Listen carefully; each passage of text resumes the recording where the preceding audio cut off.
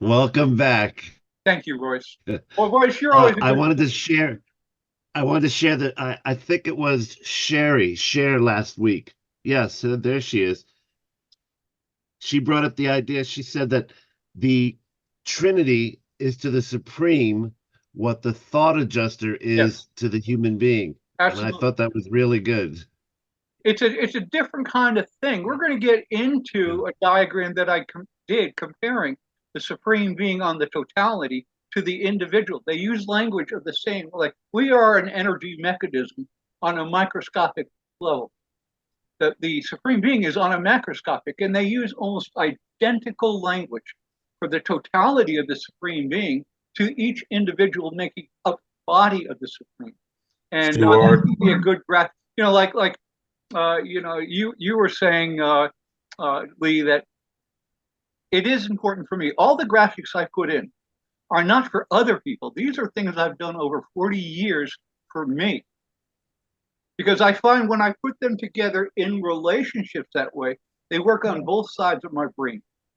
And now I get a much deeper insight into it because now I don't have to remember all the little details because they're right on the graphic itself. So, Stuart, I'm glad to share it. Yes, Stuart, to welcome you. Look what I put on my screen. It's for you. oh I'm no, good happy brother to see Andre. you. Hey, listen, I want to embrace everybody here, and I never felt alone with what I had to go through, and and trying to stay on top of now. But I just want you to know that I am feeling much better, and that my hopes for recovery are pretty straightforward and pretty positive. So I'm very happy for that. But I am most happy to see everybody here. Good brother Vincent, I'm glad to see you, and I'm glad you got my email for the connection. So, Yes, I did. Thank you. and we got Donald Beauchamp. You have sent me a number of emails. Thank you, brother.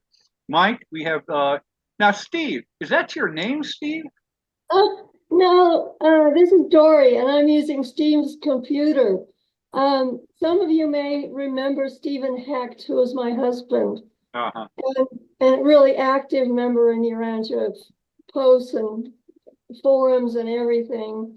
And so I am picking up the trend here, and so I will use my own computer from now on. But my name's Dory, Dory Smith. Dory, I'm glad to have you here, and I will remember that. And I'm looking here, you've been doing a wonderful job in putting comments into the discussions. And I just want to thank you for your effort in doing that. In fact, last week I had been preparing because I was going to, some of the comments you made were so germane to the topic, share that I wanted you to actually read those comments because you had the heart and soul of the topic matter itself. But let's get started today. I am looking for centering. And everybody here, if you know me, you know what I'm looking for. I'm not looking for a major meditation or anything. I'm looking for a centering of prayer that gets us out of the world and onto this page of this community of souls together so that when we talk with each other, we're talking on a plane almost of soul consciousness and soul connection. And there is a reality to that community of soul connection. When we are on this page together, we feel it. We feel it among ourselves. We do not feel detached from anybody here. And I look at everybody's faces. And even though I don't see the flesh of it, I see the animation of the soul. I see each of you as a spirit value. I mean, there are friends like Darlene has been my friend for, God, decades. And Royce is, there are people here that really mean something, but I don't want to end there. Nice thing about a class is we get through these things together as a group. And we'll never lose that connection again because we'll always see each other's faces as we endeavor to understand these concepts, not alone sitting on a bed or in a cave, but together on a page where we're all collecting our insights together. And we can all feed off of it together. So, any comments before I ask for a volunteer to center us? Okay, volunteer. Who would like to? I need centering. Not a lot, just get us centered. Raise your hand and we're ready to go. Come on now. You could be there you go, Michael. Thank you. Father, it's such a blessing to see our beloved friend Stuart smiling and happy and recovering. It's such a gift to us. We've all prayed for it, and you've heard our prayers, well, you always do. But of course, we've learned so much from praying for him. Our love is only deeper. Thank you, Father. Let's learn together. Amen. Amen. All right, folks. Let me go into now and share the instructional. This is going to be fun. I mean, all of these classes are great because this topic is so broad. And you can see with the suggested readings, it's not in any one area of the book. It's scattered throughout the whole revelation as integral to the energy and dynamic of this revelation. So I'm going to start sharing.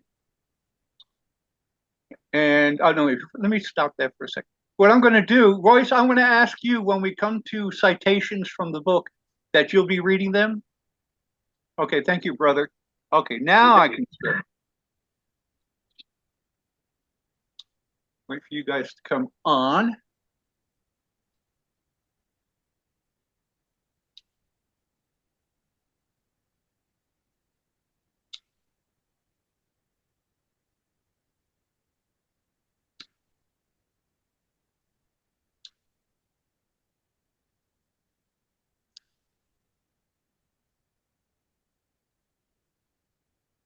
Okay, do you see it? Yes.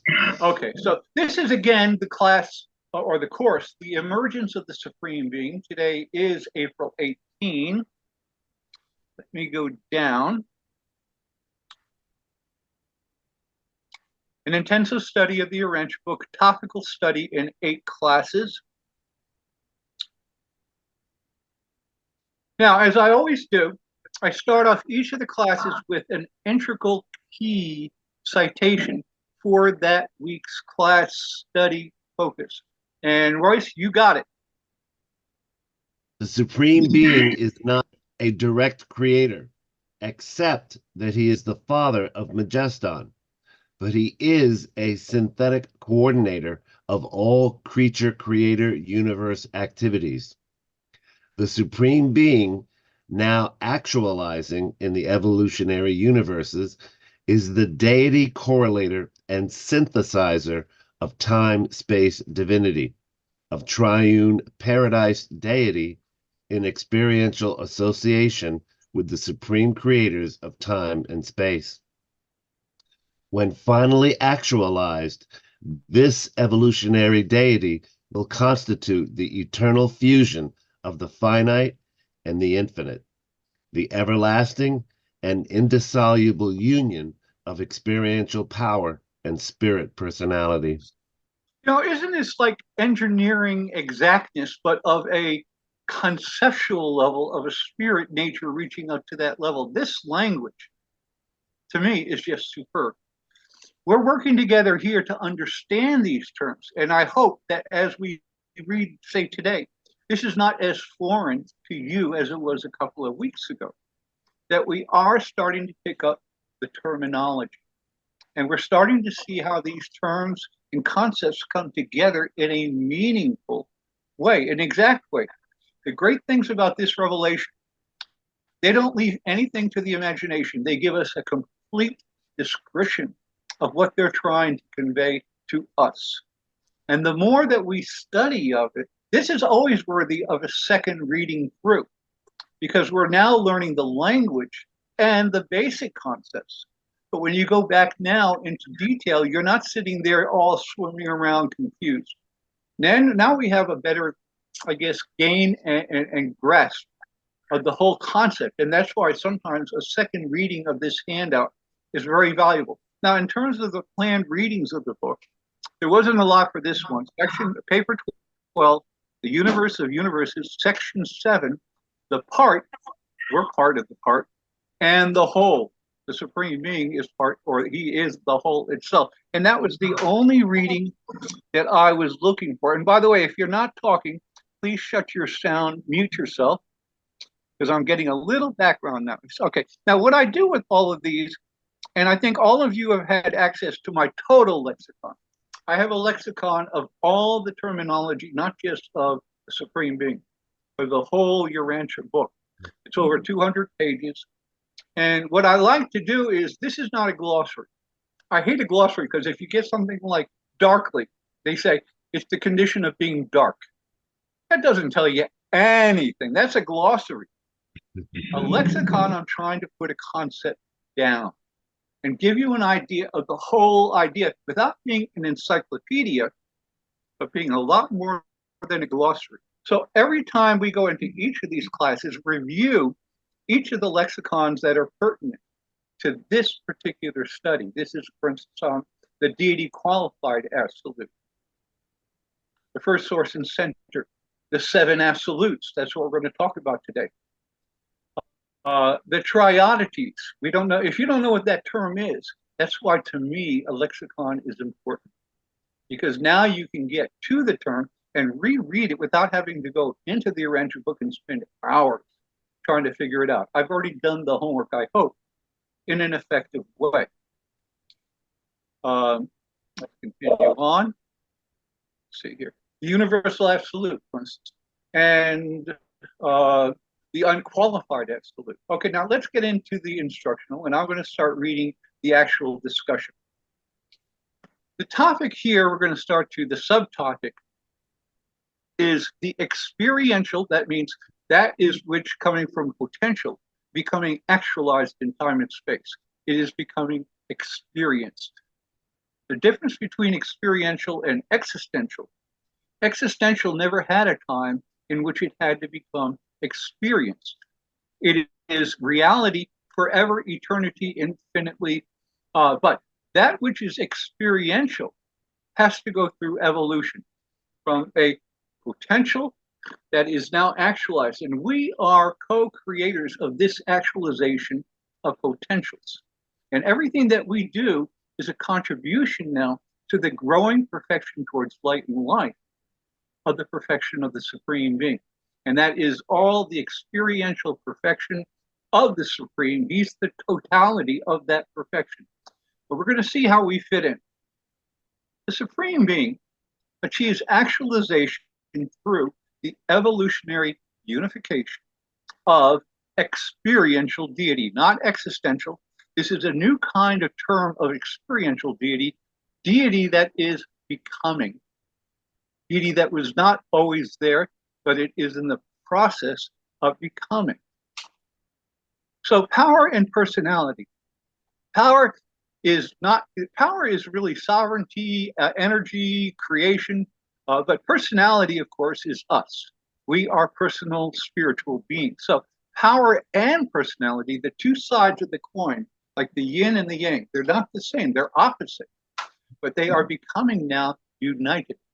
So it says power and personality are synthesizing in the experiential universes of time and space under the divine auspices of the Paradise Deities, the Father, the Son, and the Infinite Spirit.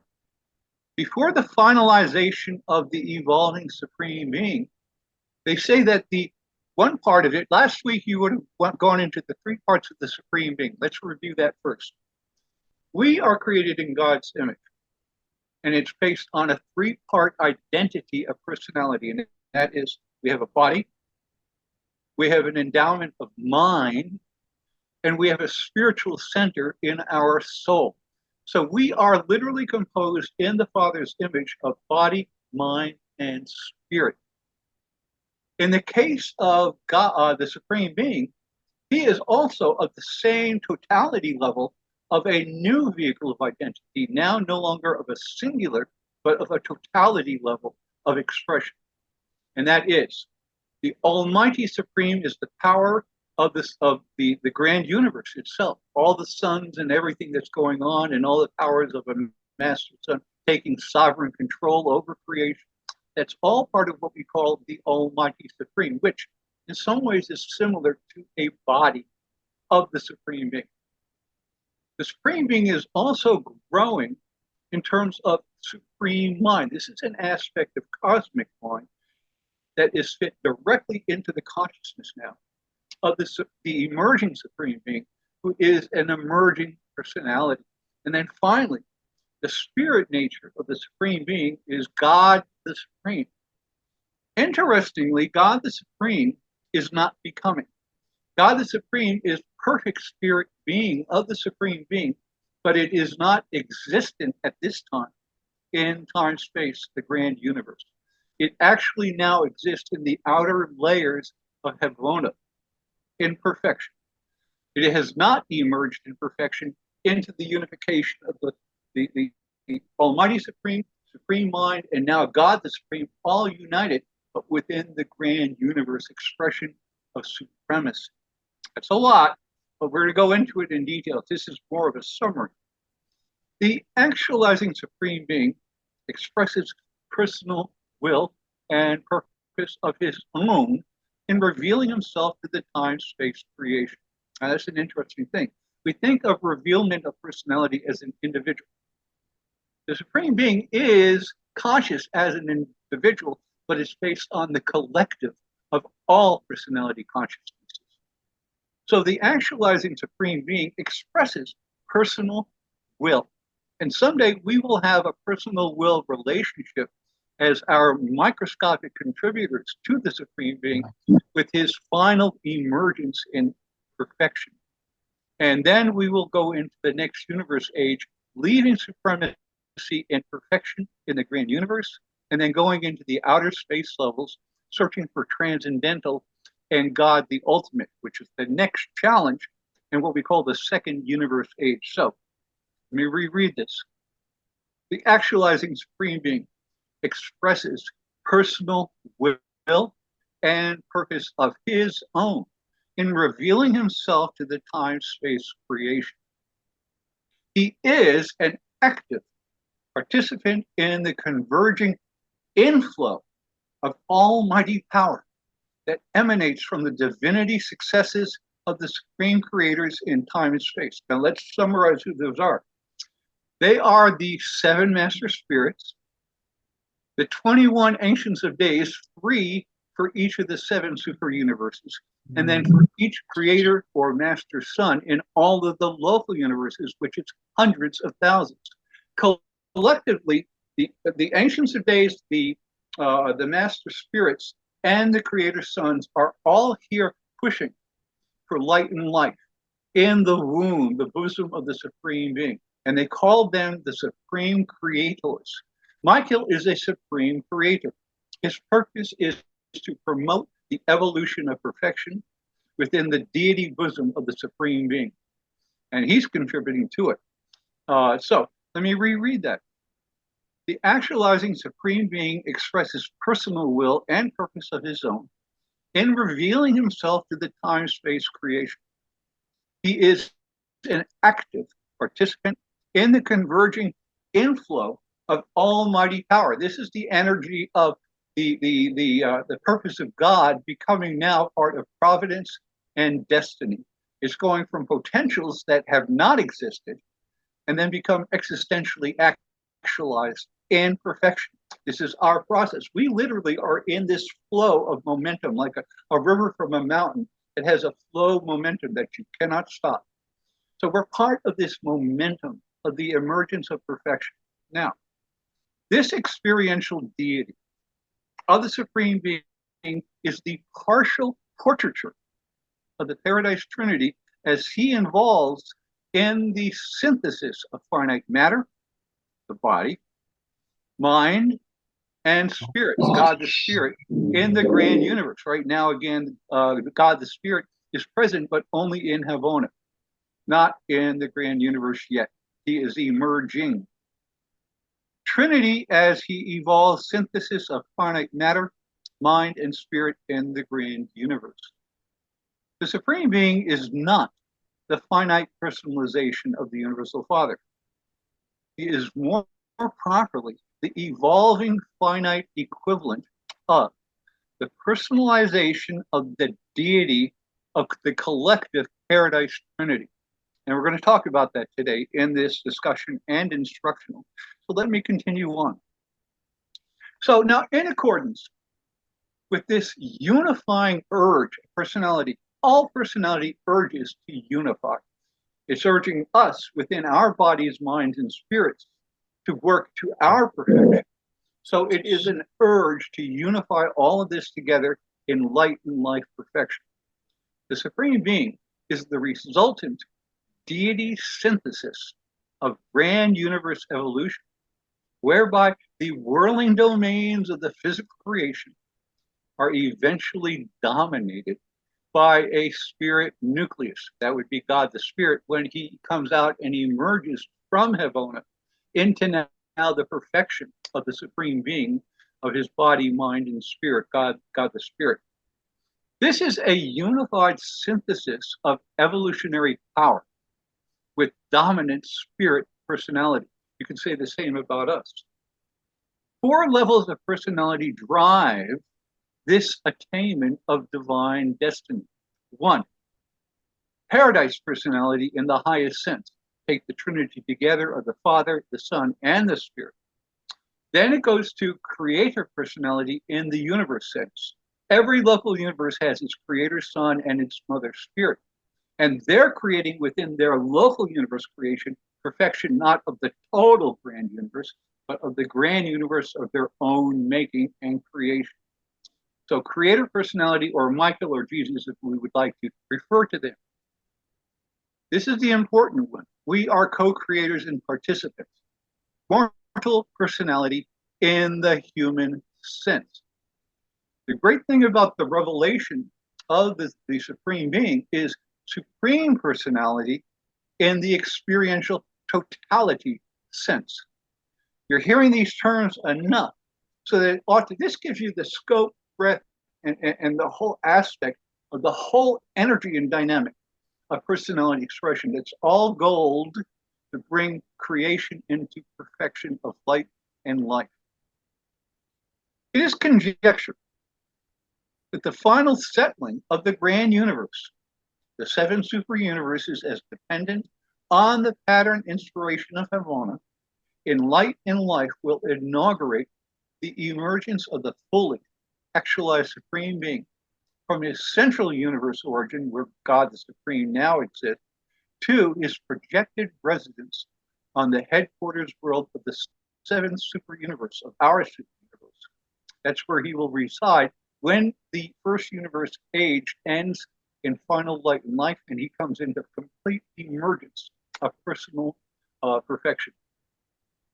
The emergence of the Supreme Being is expected to be followed by the removal of all barriers between the 7 super universes currently existing between all 7 of our super universes. The barriers will be removed, and what was now once a 7 segmentation will become a new nuclear center of perfection. All the borders will disappear, and this will become a new nucleus of the first universe age perfection, of the age of supremacy, as a new nuclear center that is now going to enter into the 2nd universe age of adventure. And that would be into the outer space levels, now seeking not God the Supreme, but God the Ultimate. And that's a whole different level because it's transcendent of time and space, of perfection. We don't know anything what that means. This emergence of the Supreme Being is expected to be followed by the removal of all barriers currently existing between these super universes. From there, the Supreme Being would reign as the almighty and experiential sovereign of the perfected creations of time and space. The emergence of the Supreme Being will signal the final victory of spirit over matter through the mediation of mind, by virtue of the will of volitional personality. This will represent the final synthesis of personality and power, the 2 sides of the coin, the yin-yang. They are antithetical to one another, now in a perfectly unified universe. Let's go over the details of what this means. Supreme unification. And I put up on top, thesis. This is the idea, a thesis. And then the idea has to stand against some other idea in which it is now illuminating something new. And you take those two views of the thesis and the antithesis, and you create a synthesis. Now, the triodity of potentiality is all the potentials in their absolute presence of potential presence and contribution. And it starts off with the thesis is the Deity absolute. The Deity absolute is potential of spirit. But when the I am says I am, and then I am as I am, something emerges from the potentials of Deity absolute now into actualized absolute of the I am nature of the universal Father, actualized. So this is the big aspect of the potential of the thesis. The unqualified absolute is that which is left behind.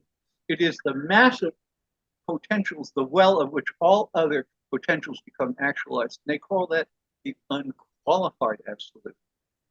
Now, imperfection, 2 creates tension. 3 takes that tension and resolves it in perfect unity. And in the paradise level of the triodity of potential, that is done by what they call the universal absolute. The universal absolute takes this great tension and between the unqualified and the deity qualified absolute and perfectly balances them. Now, in terms of their actualization, that which is deity absolute and potential, the moment it becomes actualized in the grand universe, it gets grasped by the spirit circuit of the eternal Son as an actualized value and meaning of spirit expression. So it goes from potential to actual. And if you look to the far right, it says the triodity of potentiality is the foundation in which the triodity of actuality actually occurs. The unqualified absolute, which is the center of all of this, when it actually actualizes in creation, it becomes now the Isle of Paradise, becomes the actualized existential perfection and exhibit of that antithesis, the antithesis of spirit. And then finally, the unification of the potential of the unqualified and the deity qualified absolute, resolving in the universal absolute. That potential, when it becomes actualized in experience, is now get grasped by the mind circuit of the infinite spirit.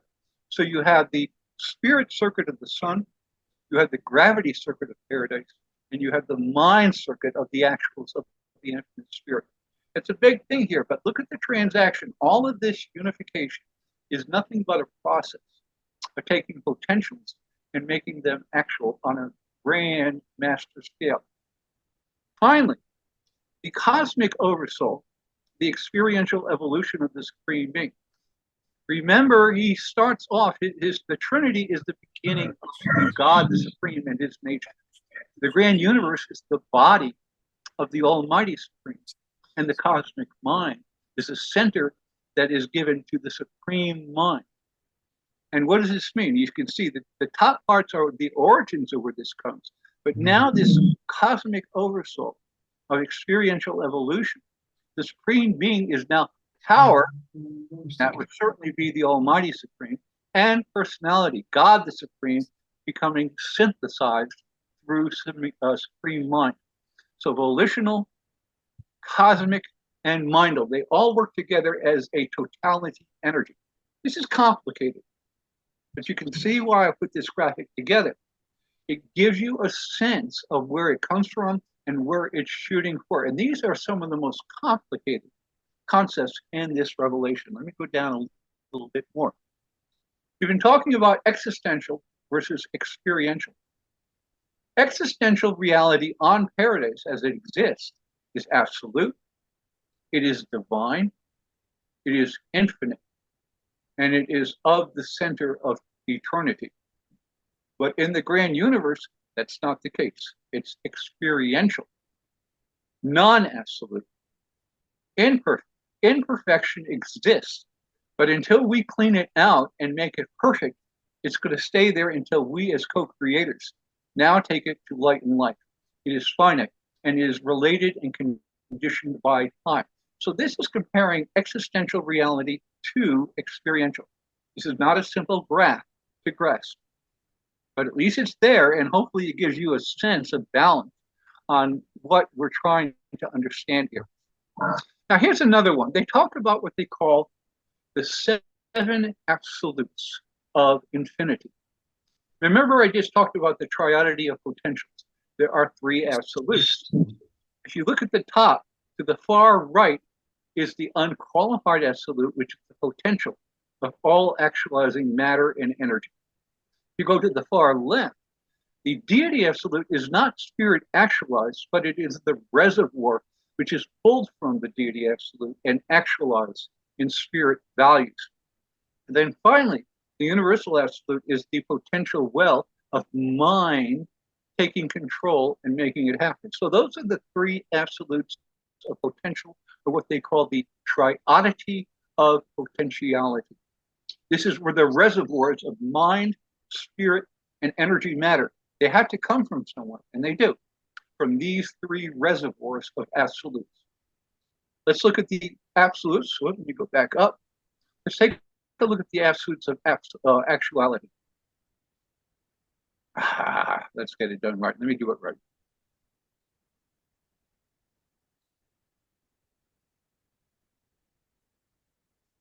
There we go. That's what I want. So at the bottom, remember I said if you look to the top, the deity absolute is the potential of spirit. But through the personal presence of the eternal Son, and it becomes actualized in true spirit value that's now actualized. It gets grasped immediately by the spirit gravity circuit of the eternal Son. The far right, when the potentials of the unqualified absolute become actualized in creation, creating nebulas, suns, whatever, it gets immediately grasped in the energy matter gravity circuit now of actualized the Isle of Paradise. And then finally, when the potentials of the universal absolute well of potential mind actualization becomes now real and experienced in time space, it gets grasped immediately by the mind circuit of the infinite spirit. Now, at the center of these 6 absolutes is the first source and center, the person of the universal Father. So that's what this is a graph that helps me put it all together and see the energies of the transmutation of potential into actual. And hopefully you guys can get a flavor of that. Now, here's a nice little quote to put on this. This is a quote, if you read it without my graphic, you get confused. Hopefully the graphic helps. They say, the first source and center, who is father to the eternal Son, is also pattern to the Paradise Isle. He is personality unqualified in the Son, but personality potentialized, potential of triodity, in the deity absolute. Before I am says I am as I am. The Father is energy revealed in Paradise Havana, and at the same time, energy concealed in the potential reservoir of the conjoint of the unqualified absolute. You get that sense of reservoir. It's not actualized, it's potential. Infinite is ever disclosed in the ceaseless acts of the conjoint actor, the infinite spirit, while he is eternally functioning and compensating the enshrouded activity of the universal absolute. Thus, is the Father related to the 6 coordinate absolutes? And thus do all 7 encompass what they call in beautiful poetry, the circle of infinity throughout the endless cycles of eternity. So I thought it was necessary to take a little time on that. Let's go over here. I'm not going to spend a lot of time on here. These are the I am statements. 1, the universal Father, God as love. And he says that love is represented in his I am statement. I am Father of the eternal Son.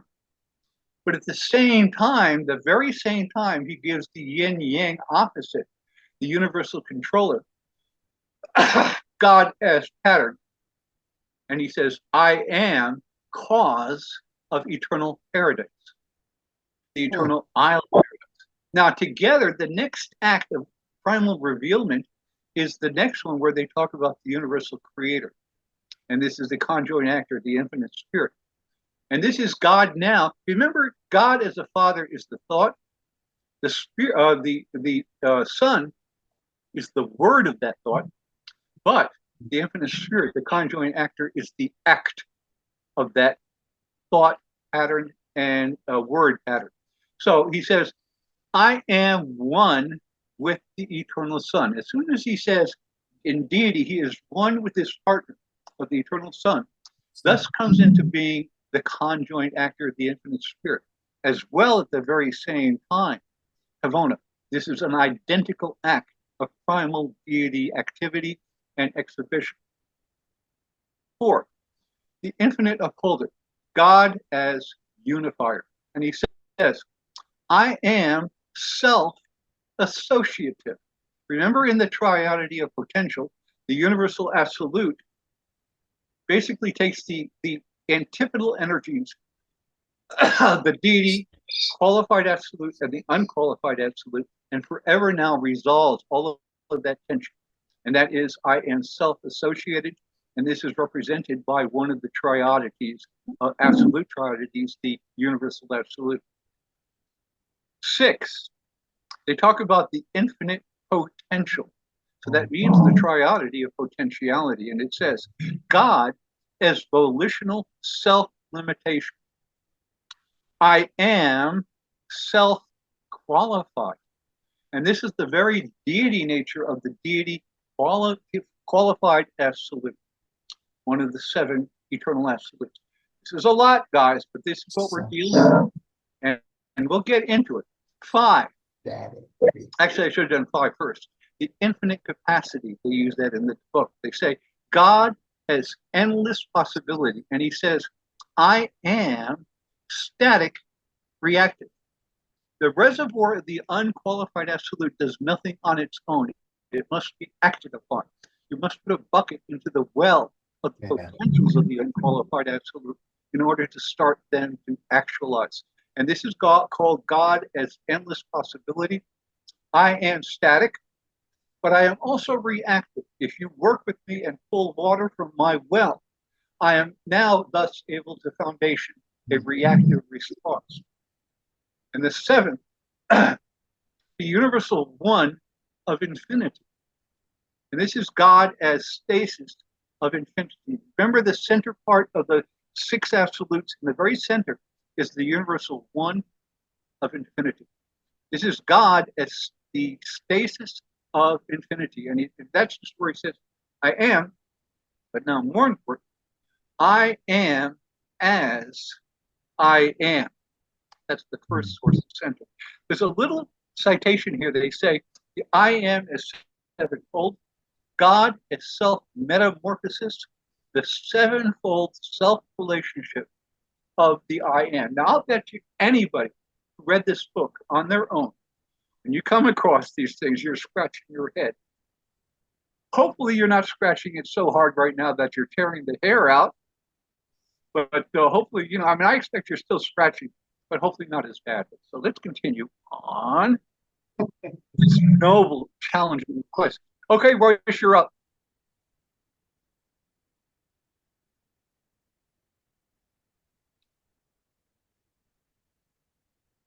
Okay. When finally actualized, this evolutionary deity will constitute the eternal fusion of the finite and the infinite, the everlasting and indissoluble union of experiential power and spirit personality. You see how important it is to learn the terminologies. When you do so, they come together well. The revelators never fail to use their terminologies in a comprehensive, cohesive way. It's up to us to learn the language and then to grasp and bravely grasp the concept that they're trying to say. And that's why this is such an important course. And it is challenging. I keep giving you encouragement. Don't get discouraged. We continue on.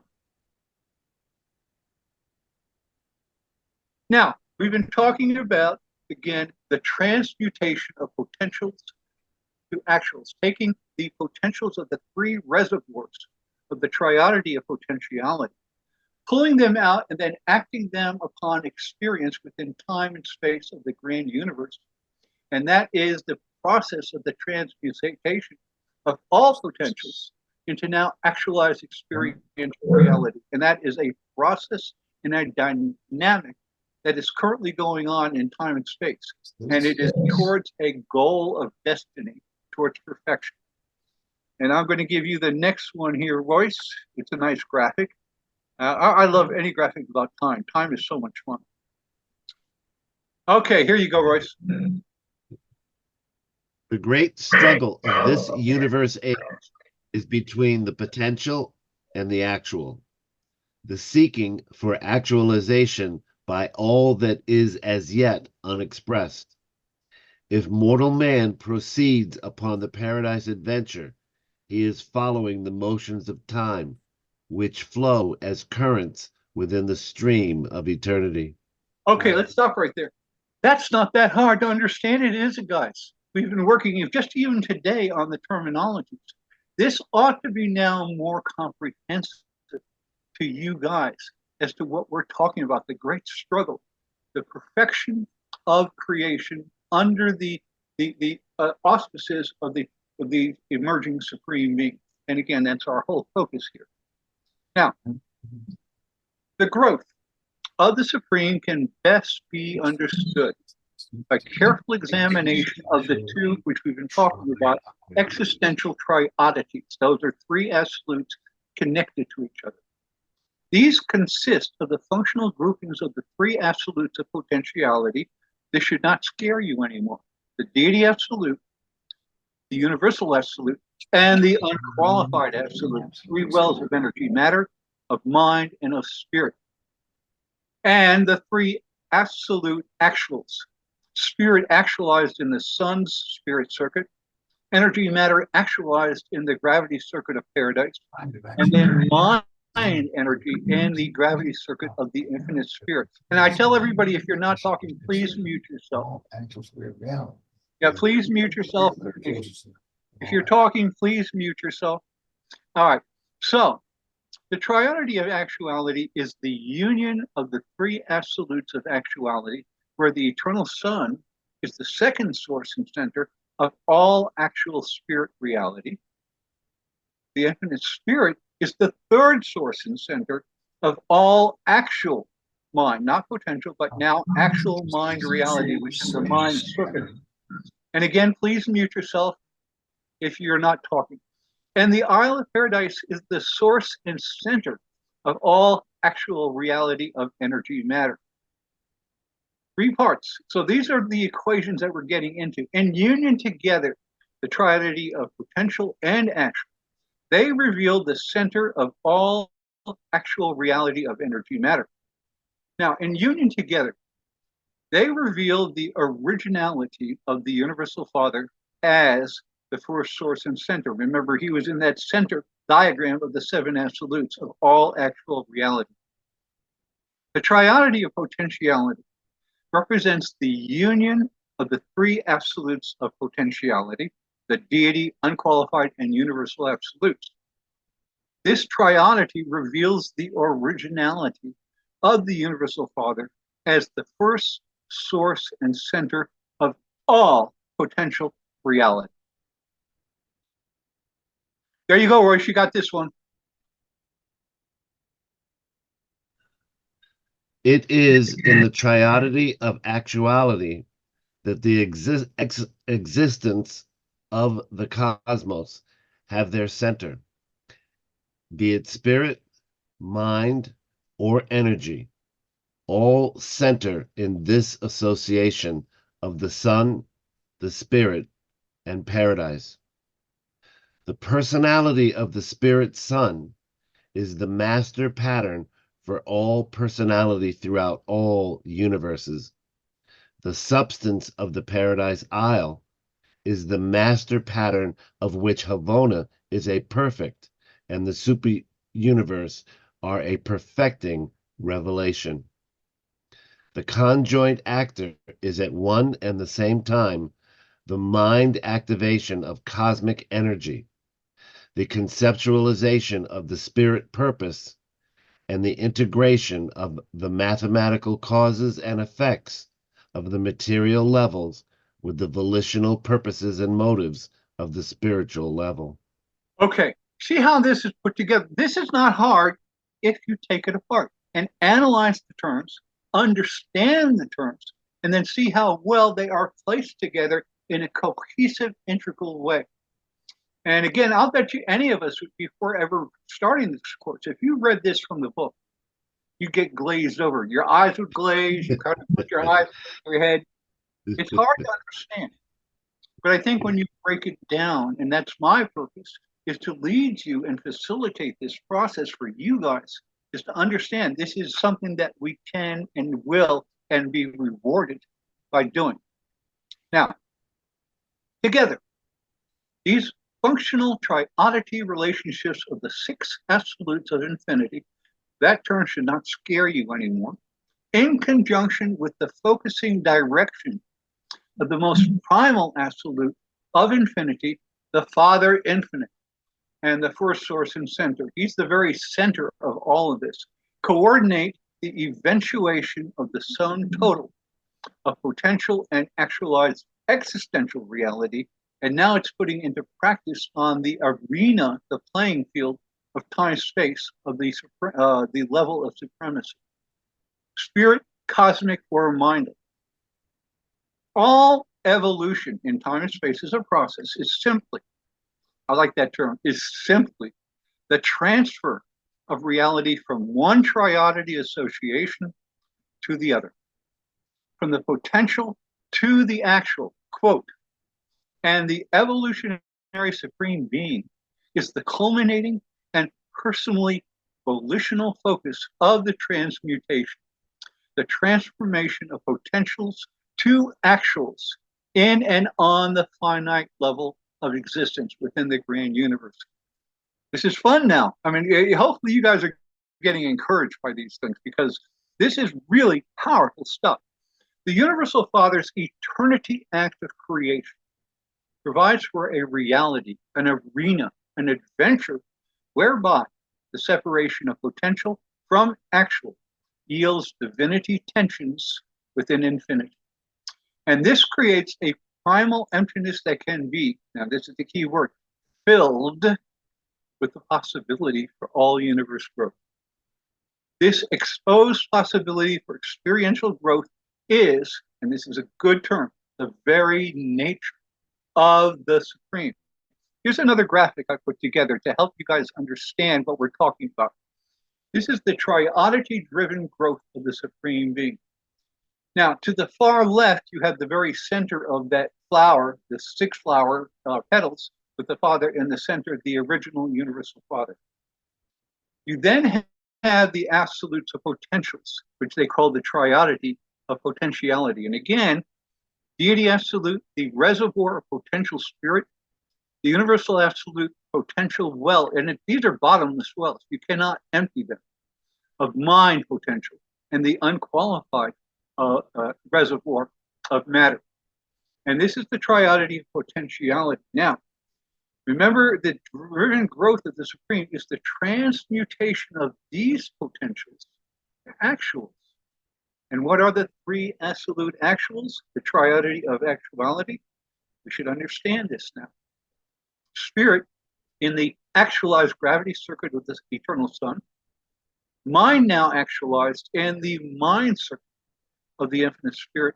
And then energy matter now actualized within the gravity circuit of the Isle of Paradise. And thus we have what is called the evolution of the Supreme on the finite level of existence. Let's read the quote now.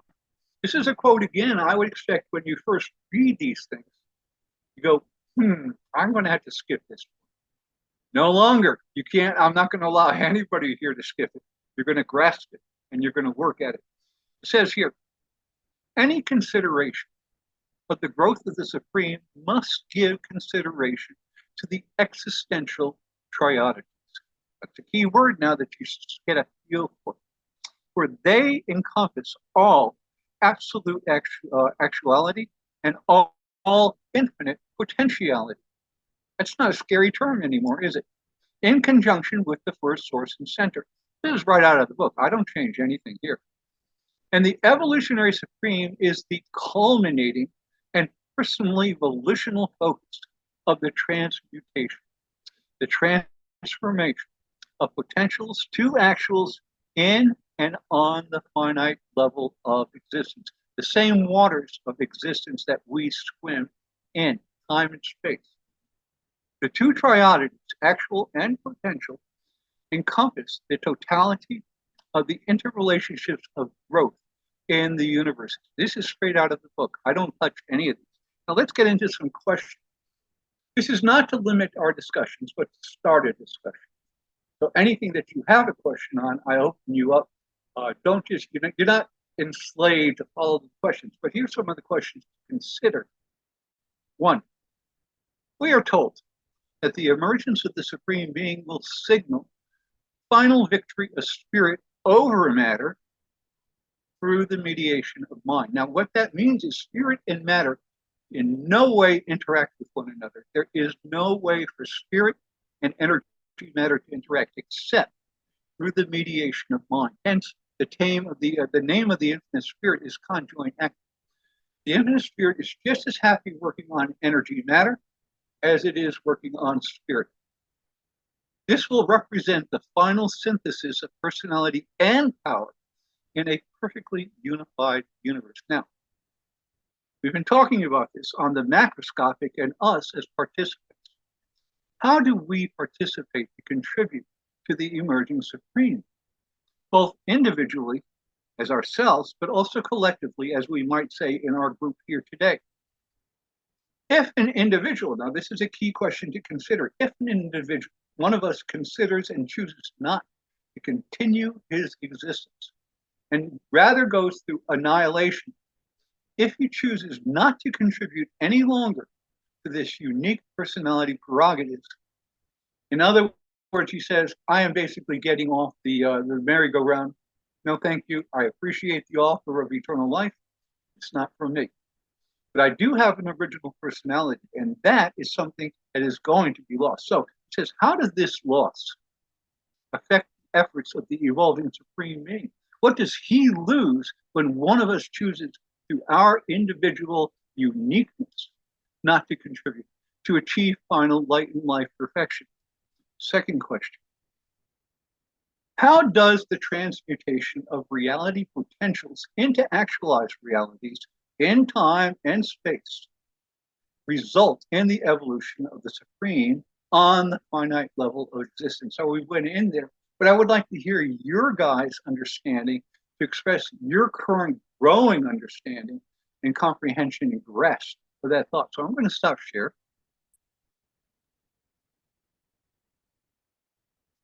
Yes, Royce, your hand is up. I know you're eager, so you got it.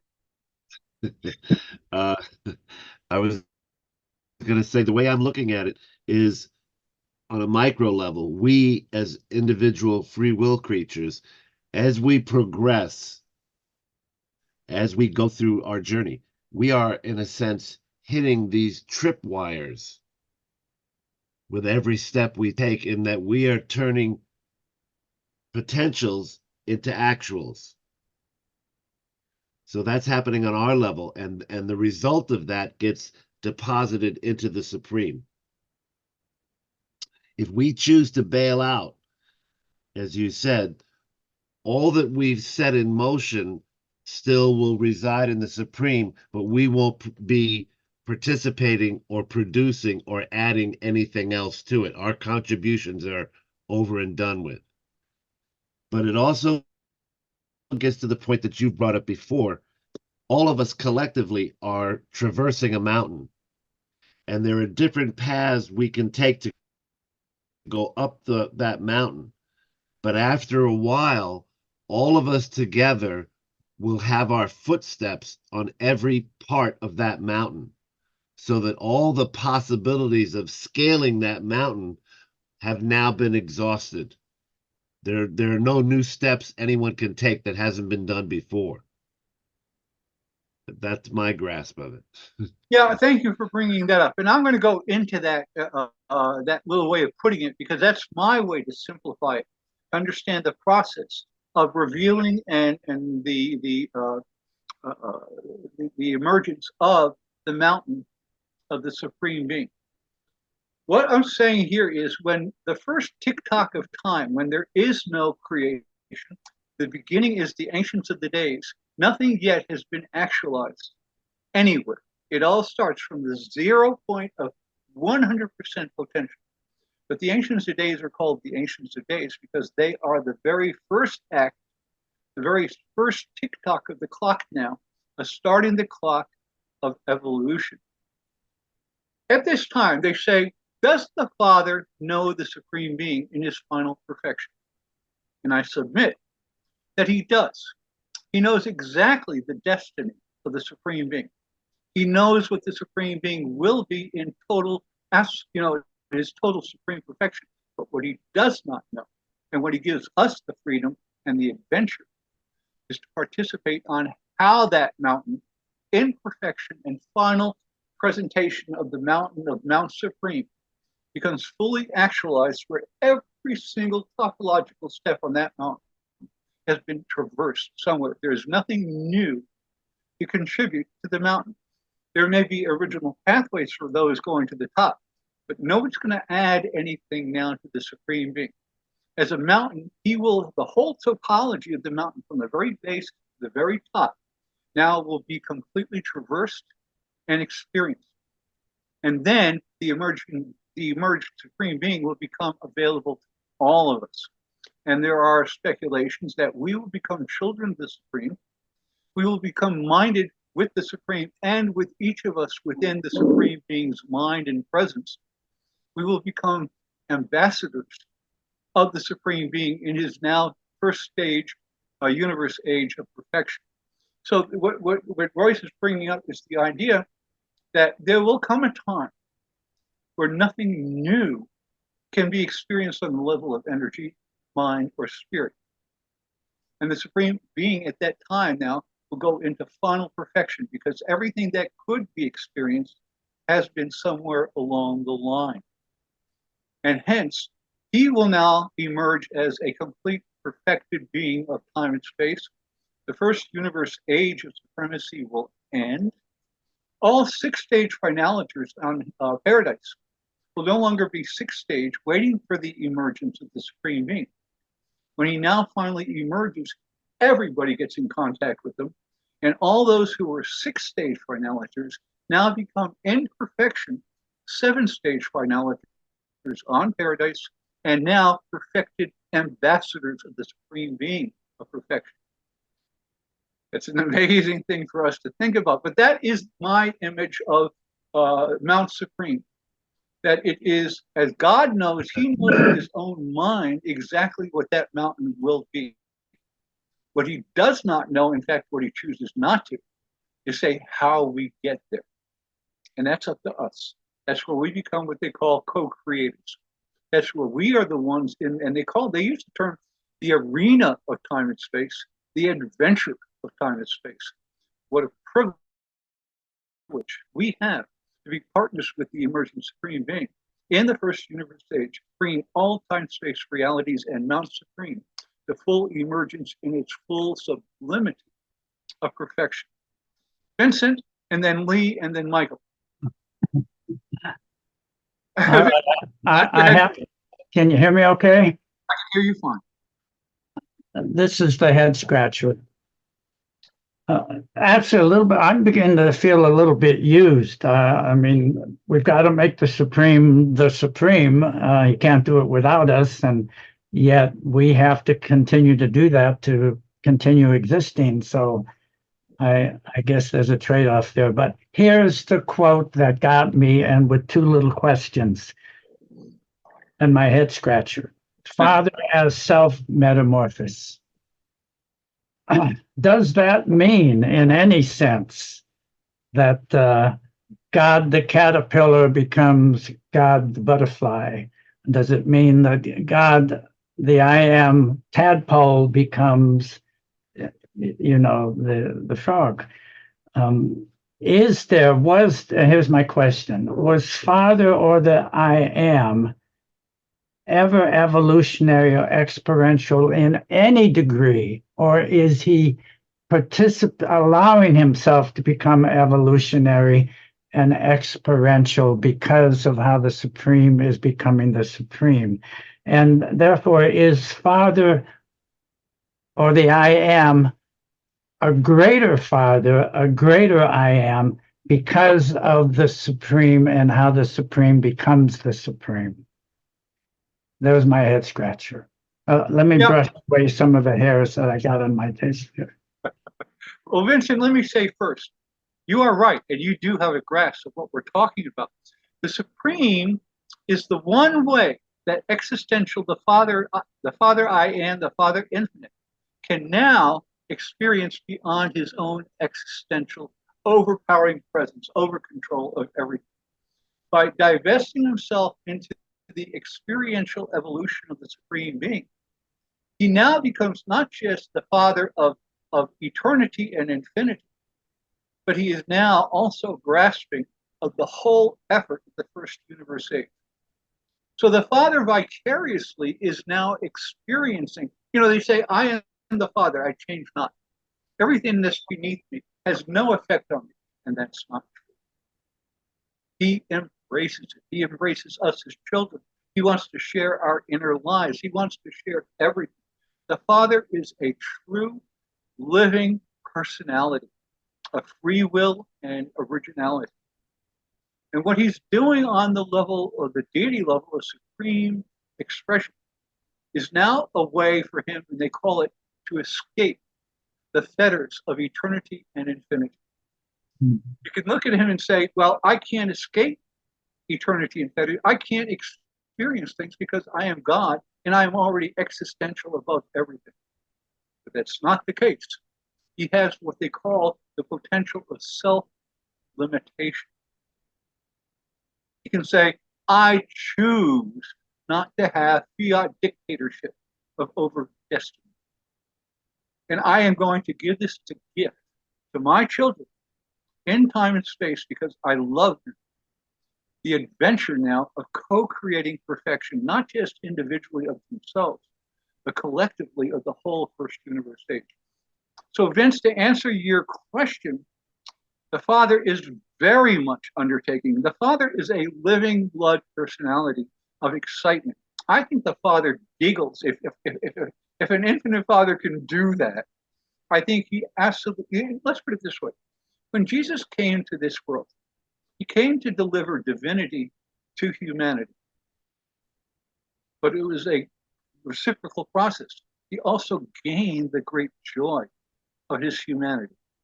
If you read the Jesus papers, every single moment, he embraced his humanity.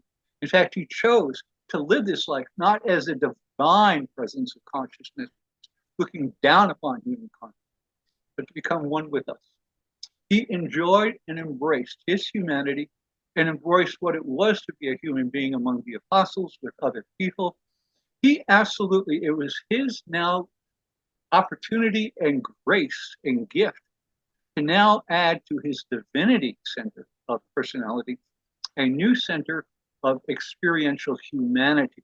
So I think, Vince, the best way to look at it, in the sense that Michael gained beyond his divinity, now added humanity.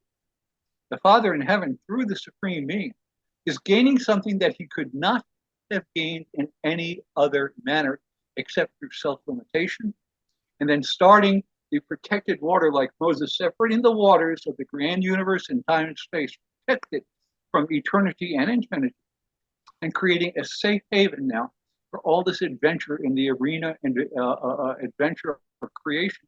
He is, I guess, vicariously enjoying it just as much. I mean, this is a true adventure that he gives us, but it's always reciprocal.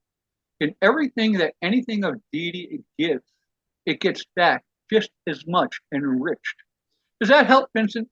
Oh, yeah, I'm fine. Yes, thank you.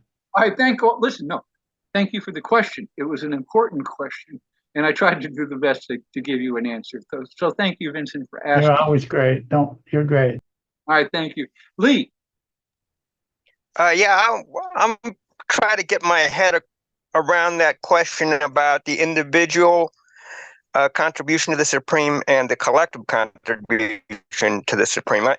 I kind of agree that it's like a mountain, and as we go, you can or a pyramid, more like a pyramid. At the very top, you would think that's the realization of the Supreme. All values have been capstoned, and as far as the individual is concerned, I agree with Royce that if an individual decides not to continue in the journey, they will not be able to, past that certain point, be able to contribute. And as such, that kind of affects the collective in a sense.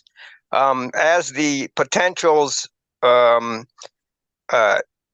the collective, in other words, if somebody decides not to continue, the collective grows slower. And so maybe an analogy here would be that if more people decide not to continue in the journey, the velocity of the Supreme, we could maybe consider it like a velocity issue. And as you say, we already know the end result is the capstone, the Supreme being actualized. So the velocity to the Supreme being actualized is affected by, let's say, the percentages of mortal beings that do not decide to continue on in the journey. Now, we don't know what that is. I suspect it's fairly low, but it's hard to tell exactly. They don't really tell us in the Urantia book that kind of detail. But anyways, I think another interesting point is, for example, here in our society, for the last 100,000 years, technology has been at a very minimal level. Collectively, as the technology has increased, the potentials have been actualized, and they're actualized faster and faster. And with the internet, again, that's an upstep. Okay, you had maybe print, then you had radio, now you have internet, and the next step, AI possibly. So you've got this unbelievable velocity that's occurred in a very few years. And so as the collectives get smarter, the potentials open up. The actuals go. The potentials are actually being actualized faster and faster. And just think about it. And it's only been a few years, 20 years, and the technology has been unbelievable in the last 20 years. And I'm in the technology field. And I can't keep up. My head is spinning as well as everybody else's, and I'm in the field. So, anyways, those are my 2 cents. Well, Lee, you brought up something that I did not add a comment, but I'm going to add it now. That was critical. Talking about when an individual of all of that eternity of potential contribution is possible, and they choose not to go on to continue to contribute their original experience into creation. They say that the Supreme Being does suffer the loss of that individual, and and the whole process is retarded to an extent. And it says the Supreme Being now must await a different personality to contribute those values that one person could have contributed.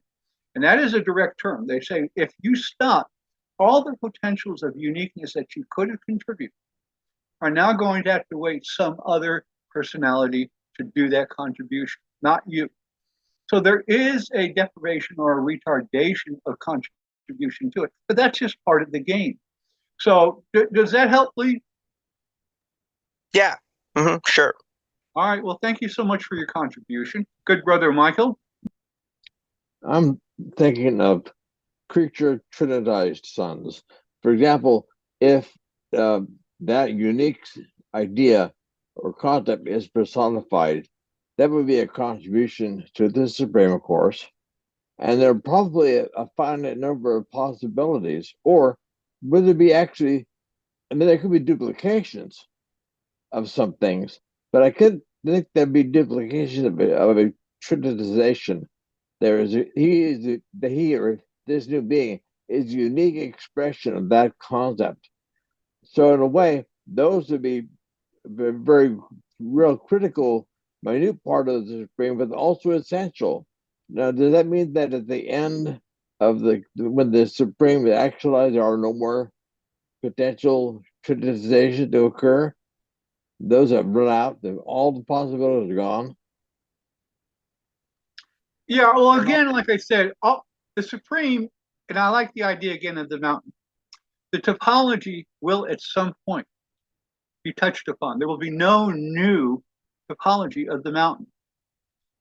Interestingly, in that age of perfection of the first universe age, and it's finishing up and now entering into the second universe adventure of now seeking God, the ultimate, on transcendent space and time level values. That will start to occur. But the thing is, we, as children and ambassadors of the Supreme, will always know that we had a contribution to the first universe age goal. We worked together as a family. We worked together as co-creators with the Father. We worked within the bosom of the Supreme Being in order to bring this light and life perfection out. And it says, as we ascend and we come, we go from material level of vehicle of identity here. We're going to go into now Mirancha ascension throughout Nevadon, our local universe, of ascending through that. And then when we achieve perfection of our Mirancha ascending nature, we will leave Nevadon, our local universe, into the minor and major sectors of the super universe. Now, no longer is Mirancha ascenders, but is true spirit ascenders. We will have true spirit reality and true spirit ascending forms. And that's the kind of the goal that we're heading out to. So you go from, right now, our vehicle of identity is material. On the mansion worlds, they will start our long journey in the Nevadon on our Mirancha level of ascent. And then when we meet Michael on Salvington and we leave Nevadon for the next adventure, seeking Havona, we will now become true bona fide spirit ascenders. So that's the progression that we have in store for ourselves. Any comments on that, Michael? No, thank you. All right. Anything more you want to add to this discussion? Well, it also occurs to me that there are some things that will only happen one time in any given universe. The creator's son being born as a human, that will only happen once in this, but it'll happen for us in every universe. It'll happen, I assume. So the things will be duplicated, but it will be unique to particular universes. Then there will be a lot of things that, like I'm sure that people love to discover relativity or to understand and add to the theory of relativity, for example, in every universe. So they'll be making unique contributions to that concept, but eventually with all possible contributions to that concept we made, there would have been millions of beings on millions of worlds who have found that made some contribution to a given theory or a given concept of of how the world works. But at some point, will all the possibilities have been plumbed to no more possible permutations? It's all been said and done. Michael, I want to bring one other interesting idea that I haven't said today yet. There is, before the first tick-tock of the clock and the Ancients of Days making their first appearance, there is within the transcendental level of the master architects, who are what they call the pre-echo of time-space actualization. In other words, the master architects, all the creation and the mountain has not been created, but the blueprint they have, hence the name, the master architects of creation. It's in the blueprint. It's part of what the Father has planned out. He said, here's the blueprint. Here's how it will progress. Now, how the blueprint gets enacted upon is unique. But there is in the mind of the master architects a blueprint that they are following in terms of putting together this great building of the mountain of the Supreme. And that's a very interesting thing because they say all transcendental reality both it pre and echoes what happens in time and space. In other words, the blueprint comes into time and space. It's acted upon from the blueprint and then is the echo of it. It has a repercussion from that blueprint of concept that now eventuates into a whole new level of value. So we are really, I think, the energy center of all things, and the fact that the blueprints are there and set in the Father's purpose. The master architects with their blueprints say, this is ours. We know what the Father is envisioning in terms of the final mount. And that's such an interesting term they use, the master architects and the blueprints, because when you think of an architect, you don't build without a blueprint. And the fact that there is a blueprint in God's destiny and his purpose is very, very interesting, isn't it? So I'm going to go to Dory. Dory, how you doing? Well, I must say, I'm all stirred up by this discussion and on a couple of different levels. And since we're over time, I think I'm going to hold, and those last explanations help with some of my issues. But I have more to say than probably there's time today or ask. And I'm just going to I'm going to hold for next time and see if more of it gets explained to me, and I'll sign off for now. But thank you all. This is really so fascinating. And Dory, I would say, in all of these classes, I put together a class video talking about what we're going to get into. I think those are value. I think the class overview, there's a lot of videos available for you. In the handout, the first two classes are all available in their material. And yeah, I've started going through them. I'm catching up here, definitely. Yeah, and don't worry about it. There's no pressure here. I'm basically introducing you guys to an adventure. It's like if you ever watch a movie like The Matrix. I love The Matrix because it blew my mind. I had to watch it again. It was like so cool because I had never had any kind of conceptualization of a Matrix kind of movie or plot or topic or whatever. And when I saw it, I said, whoa. And I think when I study this kind of topic like the Supreme Being, it is, well, and the best thing is it's not a small topic. It's important to us, isn't it, Dory? It is important to me. And it forms a lot of the concept of the Supreme forms a lot of my sense of my own personal worth in this grand adventure. So my adventure dovetails into the great adventure. And I'll just say that that's why I'm here, because I love feeling like that. Well, I love having you here, Dory. I think your energy is exactly right. And it's interesting. Beforehand, a lot of people, you don't give your guys self enough credit to what you can grasp, especially when we work together as a team, as a community of soul consciousness. When we do it together, and here's I talk about reciprocity. Jesus came to this world to give a divine pattern to humanity, but he gained just as much back because now he embraces humanity, and now forevermore, he will be a fellow brother to each of us in the family of God. So he gains something back just as well. So, I think this idea of what we're doing it gives us a sense of purpose. It shows that the Father does not leave things untied. Things are tied, they're in the blueprint, there is a destiny, there is a progression of momentum that you cannot stop.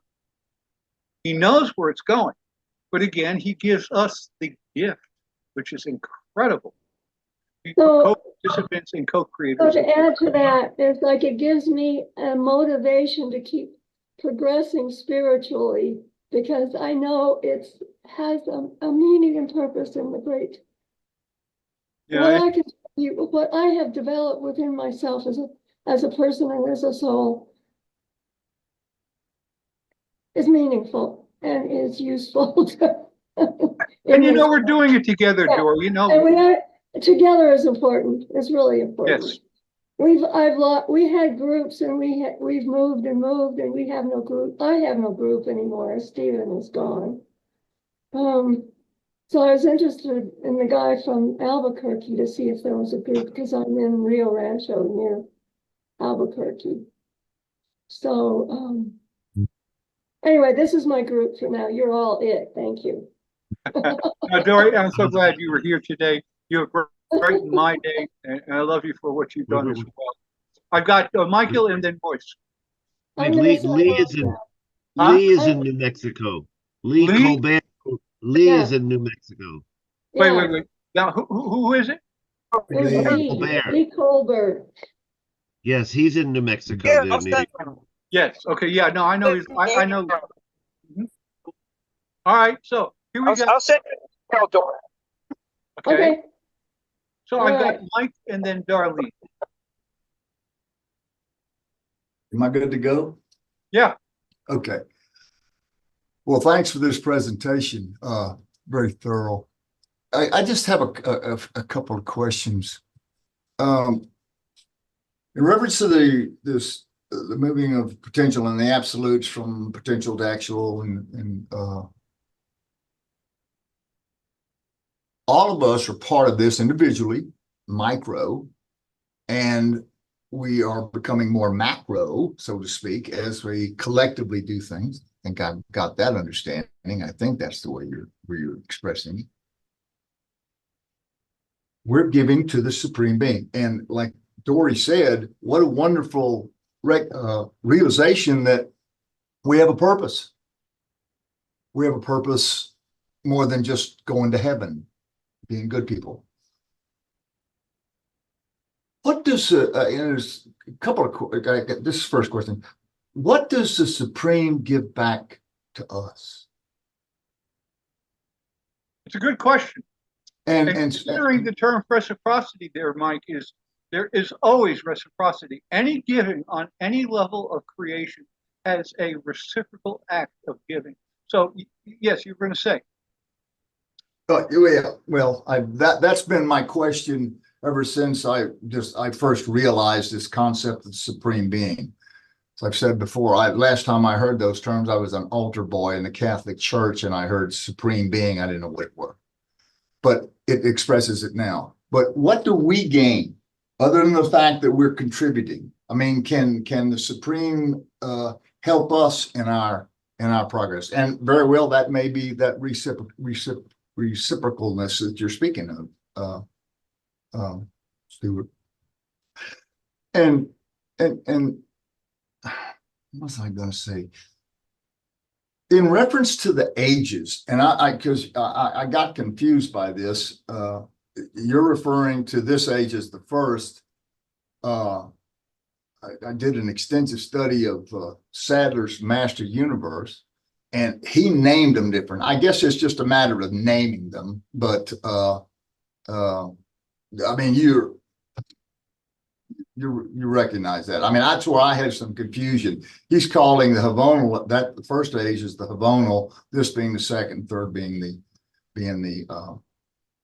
outer space life. And last question, are you going to bring up the idea of the ultimate Trinity and this recognition of God Supreme and the creators and the architects? Are you going to show that combination together eventually, or? Only in a very small way, Mike. We're going Okay, to all on right. the Supreme level, but I am going to talk about how we are contained in anticipation. Let's use that term of the second universe age, where we go out there now completely skilled as perfected ambassadors of the Supreme Being. And what do we get from him? His power will imbue us, as currently right now, the Father's light imbues us with his thought adjuster presence. Exactly. We are in the personality circuit of the Father. But we are going then to add a new connection now of the Supreme Being. And it will not only give us a direct and personal connection to the power of the personality power of the Supreme, but it will also give us a connectedness of insight of the total. He's going to share with us the totality of insight that we can feed off like mother's milk. And I think that's what we're going to get from the Supreme, the ability now not to do it alone. When we are part of the emerged, perfected Supreme Being, we're completely connected with everything he has, all of his consciousness, all of his connectedness and this teamwork. Now on the next universe age of adventure, seeking God, the ultimate. And we are going to continue to help him connect in partnership now with what they call the Supreme Dash Ultimate. We're not getting into that discussion here. That's Bill Sadler and his study of the Master Universe and his appendices to the study of the Master. I've read that thing 6 times in my whole life, cover to cover, both of the books. Fascinating reading stuff. It is. It is the next stage. It is. Any more comments or questions, Mike? I just realized that is what we will gain from the Supreme. You just explained it. You know, it's going to take a while, but we're going to be given we will be interconnected. Speaking of matrix, we will be interconnected with all of experiential of the experiential age, which will take that into the next age as experience. Cool. All right. Thank you. Mike, I want you to hear what Michael Hagan had to put. He put in the chat. Michael, please share that because it's very pertinent to what we're talking about. Without the Supreme Being, we would only be 6-stage spirits. He will give us that 7th stage. That's a lot. And we couldn't attain it without him, right? 7-stage spirits is a whole new transformation. It's going to be like pre-fusion with the thought adjuster. It's a milestone in terms of our destiny and progression. And now we're going to be doing it within the connection and partnership as ambassadors of the Supreme Being. So thank you, Michael, for putting that into chat. Darlene, dear lady, you may have the last contribution. Let's see if there's anybody else, but you're up. Wow, awesome. I just wanted to bring attention to the works by Dr. Sadler, his workbooks. They are extremely valuable, so you need to get a set of them if you don't have them. I was just working with this, and I happened to have my pen laying in.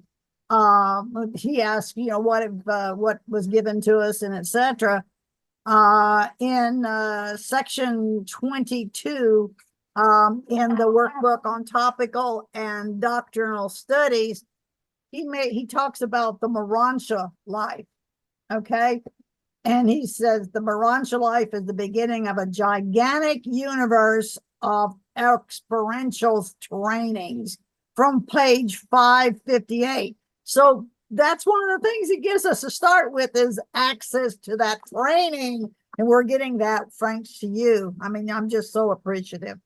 And then on the back of this workbook, they quote your Rancha book, page 646. Original, it says, the chief pursuit of ever advancing mortals is the quest for a better understanding and a fuller realization of the comprehensive elements of deity, truth, beauty, and goodness. This represents man's effort to discern God in mind, matter, and spirit. And as the mortal pursues this quest, he finds himself increasingly absorbed in the experiential study of philosophy, cosmology, and divinity. So what do we get? Go to page 656 and you'll find a good synopsis of what we're getting by contributing to the Supreme. Okay. And then I'm going to tell you that your daughter and I are spying on you. Darlene, can I thank you for everybody here? When I was sick last week, Darlene and my daughter stayed in connection to bring everybody up to date with what was going on with me and so on. And Darlene and my daughter, as she has done before, made direct connection because these are tough for my daughter. My little girl, you know, since the day she was born and first breathed there, and I held her in my arms. And I had the Urantia book 10 years at that time. And I looked down at her and I made an oath where I said, "You are my little girl. I will always, forever be your loving father." Yeah. I will forever always be your loving father. And I thank God that I didn't screw it up. My daughter is 40 years old. She is a cosmetology artiste with her own salon. And she still calls me, like she did as a little girl, Daddy. When she was a little girl, I'd come home from work, and this little 4-year-old, you'd hear throughout the voice, "Daddy, Daddy, Daddy." She has never lost that. And I never lost her. Through all the challenges, I stay connection. And I've always been there for her. And now that she's in her young adulthood, thank you, Lord, I'm so proud of her. And so she brings me so much pleasure. And it's one of the great graces to be a parent in this world. Boyce, you were going to say something. Um, I wanted to share with the group something I heard in the Tuesday night study group in Colorado. Someone came on and they said, if you only have the Bible to work with, and that's your only source, he said that's like taking a candle and putting it on the 50-yard line in a football stadium. Yeah. He said, but if you have the Urantia book, it's like turning on all the floodlights and the night lights. Right. Good. I thought that was good. That was good. Anyway, Well, listen, guys. we're Yes. showing you, throwing you lots of, she's throwing you lots of love. I love it. There. Well, listen, I love you all. Today was a challenge. And I prayed to the Father to keep me focused, not to get too far off topic, and to try to maintain everybody here. It's like one of those whirly things that you sit in the center and it gets faster and faster, and people start slipping off. And I prayed that nobody slipped off. And I believe we kept everybody on that twirling center. And I hope you enjoyed it. And I can't wait until next week. And I can't wait to see this video. These are important to record these because who else is doing this? Who else is doing this? So I love you all. This is wonderful. I can't wait to do it again. And Royce, did you have something? I just wanted to say I sent you an email. Look at it at first chance you get. And when's a good time to call you and talk? Right now, I'm still recovering. I think after this, I'm going to probably lie in bed for a few hours because I went through a tough time this past week. But as you can see, I am Tomorrow, for my tomorrow, Saturday. Yeah, that would be fine. Let's see, Okay. tomorrow or Friday. I would say tomorrow, Friday. Yeah, and I would say send me your email again with your phone, and I'll call you in the afternoon. Okay. Okay. All right, brother. I love you all, and again, seeing everybody. Don't end this until I reply to Michael here she has the title of that book. It's the Urantia book, Workbooks by William S. Sadler, MD. And there is a complete set of them available. I think there's a few sets still available from Cosmic Creations. And I went ahead and I had the original or the older ones, but this is in a whole box, and it's really worth the investment because you get it from the perspective of Sadler from the very beginning. And of course, there's been updates and things like that, but it really is, if you're using a workbook, like I'm using this in the chaplain's course. Yeah. Okay, so I'm guiding people with things that are available. I want to add to that.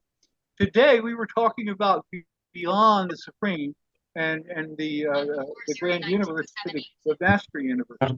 Bill Sadler Jr., the son, put together 2 books that I have read cover to cover 6 times over the past 40 years. It's called A Study of the Master Universe by Bill Sadler Jr. and, which is even more fascinating, there it is, and then the appendices to the study where he goes into much greater details. This is not simple stuff, but it is this is the kind of stuff I eat, like a gourmet meal. And so if you're hungry for it too. So I want to say goodbye. Let me let everybody go here. Oh, you got it. There it is. Yeah. Thank you, Janice. You got it as well. So I'm going to say goodbye until next week. Okay. Thank you, Stu. for everything. Goodbye. We're Goodbye, glad that everybody.